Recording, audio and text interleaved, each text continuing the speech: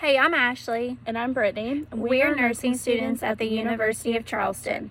We are here to teach you about the harmful effects of plastic and how you can cut down on everyday use. Do you love animals? Do you love babies? Have you recently used any fragrances, nail polish, ate any takeout food, or drank out of a plastic bottle? Have you recently been exposed to vinyl flooring, synthetic leather, or paint? Have you recently shopped and used plastic grocery bags? Does your infant drink formula out of a can or drink out of a plastic baby bottle or sippy cup? Then you possibly have been exposed to two harmful chemicals, BPA and phthalate, found in plastic. BPA are man-made chemicals used to harden plastic that are harmful to the environment and all living organisms on Earth. 93% of adults have the harmful chemical BPA present in their urine. Animal studies show an increased risk for cancer with BPA exposure. Scientists believe that BPA is able to mimic hormones in the body and disrupt levels with children and associate the possibility of BPA exposure with heart problems, obesity, diabetes, and ADHD. A lot of major companies have stopped using BPA, but it is still legal. Phthalates are a harmful chemical found in plastic with a purpose to make plastic malleable. 8 out of 10 newborn babies test positive for the harmful chemical phthalate because phthalate is able to travel through the placenta during pregnancy.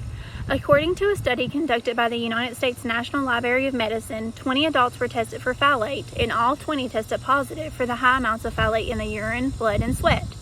Because it is unethical to perform studies on humans where phthalates are intentionally injected into bodies, animals like rats are often tested.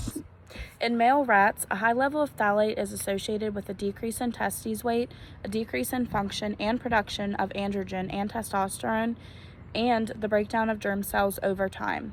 In female rats, high phthalate levels are associated with low estradiol levels and the cease of ovarian cycles. Phthalate exposure may also result in visceral and skeletal abnormalities, according to evidence on the animals studied. Evidence suggests that in humans, phthalate exposure and ingestion can cause low semen quality, endometriosis, shorter pregnancy duration, low anogenital distance, potential endocrine dysfunction and disruption, and potential reproductive organ dysfunction and disruption. Floating plastic on water can be ingested by marine life, causing sickness and death. Plastic floating on water can also help invasive species move from habitat to habitat, potentially killing off native species.